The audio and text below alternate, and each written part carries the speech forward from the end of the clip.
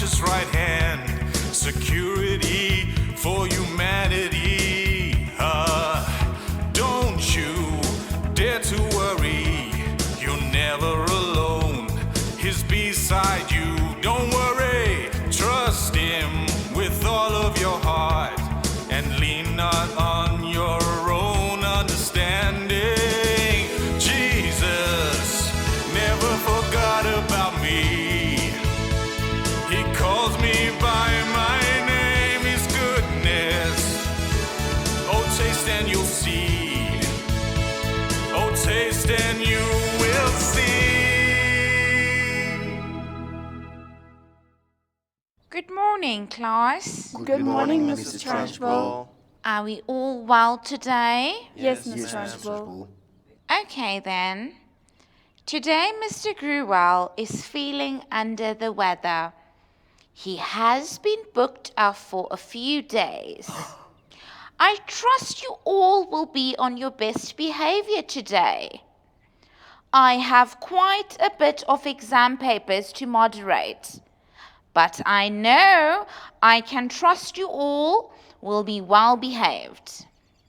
Alison, you will be in charge. Thank you, ma'am. Okay, kids, I will see you all later. Oh yeah, no adults means we can party. Andrew, we need to be on our best behavior. Oh, come on, Allison.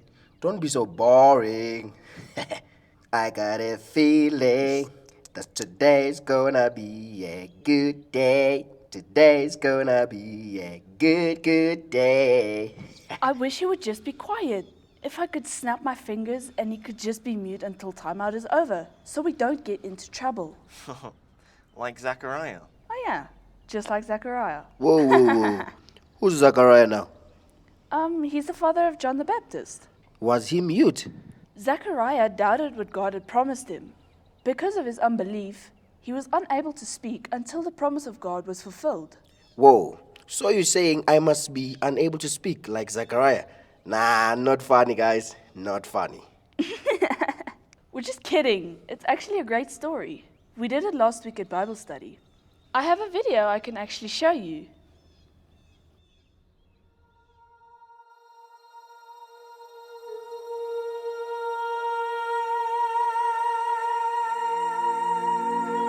Elizabeth and her husband, Zechariah, both came from a long line of priests. Because they both loved God and obeyed his commandments, they were righteous in God's eyes. They desperately wanted a family, but Elizabeth was barren and could not have children. As they grew older and older, their dream of having a child seemed impossible. One day, when Zechariah's group of priests were serving at the temple, he was chosen to burn incense in the temple. Suddenly, an angel of the Lord appeared next to the altar of incense. Fear fell upon Zechariah, but the angel of the Lord told him not to be afraid. The angel then gave Zechariah fantastic news, saying, "Your prayers have been heard. Elizabeth will give you a son, and you will name him John." The angel told Zechariah that people would rejoice at the birth of his son, and he would be great in the eyes of the Lord. Zechariah wanted to believe what the angel had said, but he and his wife were so old. Zechariah asked the angel, "How could this be true?" In a voice like thunder, the angel replied, "I am Gabriel. I stand before God himself. The Lord has sent me to give you this good news." The angel Gabriel told Zechariah that because of his unbelief, he would not be able to speak until after the child was born. Zechariah left the temple and went home, unable to tell anyone of the miraculous event that had taken place. Sometime later, just as the angel Gabriel said, Elizabeth became pregnant.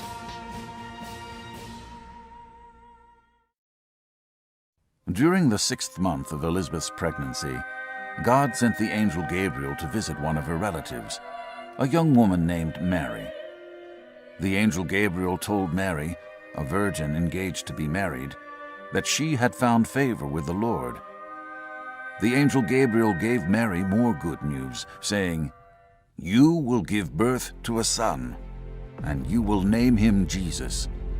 He will sit on King David's throne and be the King of kings and Lord of lords." Mary was going to give birth to the Messiah. After the angel Gabriel's proclamation, Mary quickly set off to visit Elizabeth and Zechariah, who lived in the hill country of Judea. When Mary arrived and spoke a greeting to Elizabeth, Elizabeth's baby leaped in her womb. Filled with the Holy Spirit, Elizabeth prophesied over Mary, saying, "Blessed are you among women, and blessed is the fruit of your womb." Mary responded to Elizabeth by breaking into a song of praise and prophecy. Mary's song declared the mighty love and power of God. She praised his works, mercy, and faithfulness to his people. She sang, "From now on, all generations will call me blessed, for he who is mighty has done great things for me, and holy is his name." Elizabeth gave birth to a healthy son. After 8 days, friends and family gathered.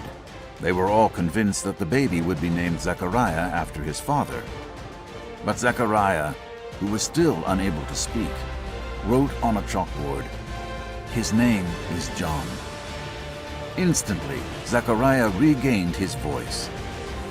Their son would become known as John the Baptist, and he would prepare his generation for the coming of the Messiah, Jesus.